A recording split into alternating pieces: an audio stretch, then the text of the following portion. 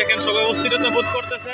বড় বড় স্বপ্ন নিয়ে ইউরোপে যেতে চায় অনেকেই। জীবনের ঝুঁকি নিয়ে ভূমধ্য সাগর পাড়ি দিয়ে কেউ কেউ ছুটে চলে ইউরোপের উন্নত দেশগুলোর দিকে। আশা একটাই, খানিকটা উন্নত জীবনযাপন। আর এভাবেই লাশ বা নিখোঁজ হতে হয় তাদের, এমনকি মৃত্যুর খবরটাও পায় না তার পরিবার। বোট মাইগ্রেশনের মাধ্যমে সমুদ্র পাড়ি দিতে গিয়ে অনেক পরিবারই হারিয়েছেন তার সন্তান, কেউ হারিয়েছেন ভাই, কেউ বা হারিয়েছেন তার স্বামী। তাদের প্রিয়জন মারা গেছে এই তথ্যটুকু পরিবারকে পেতে অনেক কাঠকয়লা পোড়াতে হয়, কারণ অবৈধ পথে অভিবাসন প্রত্যাশীদের তথ্য সংগ্রহে নিয়মতান্ত্রিক কোনো পদ্ধতি নেই।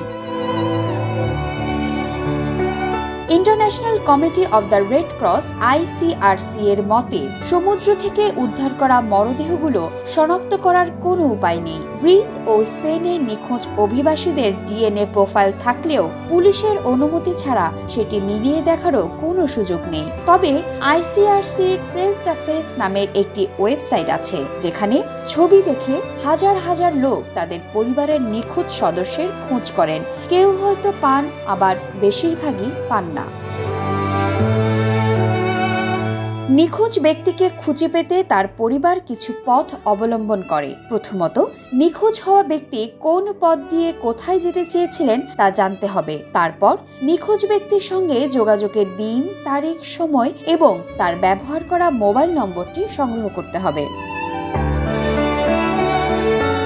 জাহাজডুবির ঘটনার তারিখ, সময় এবং স্থান লিখে রাখতে হবে। নিখোঁজ ব্যক্তি যে দেশে যেতে চেয়েছিলেন সেখানে কোনো আত্মীয় পরিজন থাকলে তাদের সঙ্গে যোগাযোগের চেষ্টা করতে হবে। নিখোঁজ ব্যক্তির যে ভ্রমণ সঙ্গী ছিল তার খোঁজ পেতে পারলে সবচেয়ে ভালো, কারণ সেই আপনার প্রিয়জনের সঠিক তথ্য দিতে পারবেন। যেমন তারা কোথায় ছিলেন, সেটি হতে পারে কোনো দেশ বা শহর, গন্তব্যে পৌঁছার পর তাদের সঙ্গে যোগাযোগ করেছিল এমন কোনো সংস্থার নাম, তাদের ভ্রমণ অভিজ্ঞতা, এমনকি আপনার প্রিয়জনের সঙ্গে কি ঘটেছিল সেই তথ্য। অবৈধ পথে ইউরোপ যেতে গিয়ে মৃত্যু হলে তাদের মরদেহ শনাক্তে বায়োমেট্রিক্স পদ্ধতি অবলম্বন করা হয়, অর্থাৎ আঙ্গুলের ছাপ, চুলের গঠনের ভিত্তিতে একজন ব্যক্তিকে শনাক্ত করা হয়। এছাড়াও করা হয় DNA টেস্ট। বলা হয় ভূমধ্য সাগরে প্রাণ হারানো মানুষের প্রায় 70% মরদেহ কখনো পাওয়া যায় না। তবুও ICRC, ন্যাশনাল রেড ক্রস এবং রেড ক্রিসেন্ট পারিবারিক সূত্র খুঁজে বের করার কর্মসূচি চালু রেখেছে।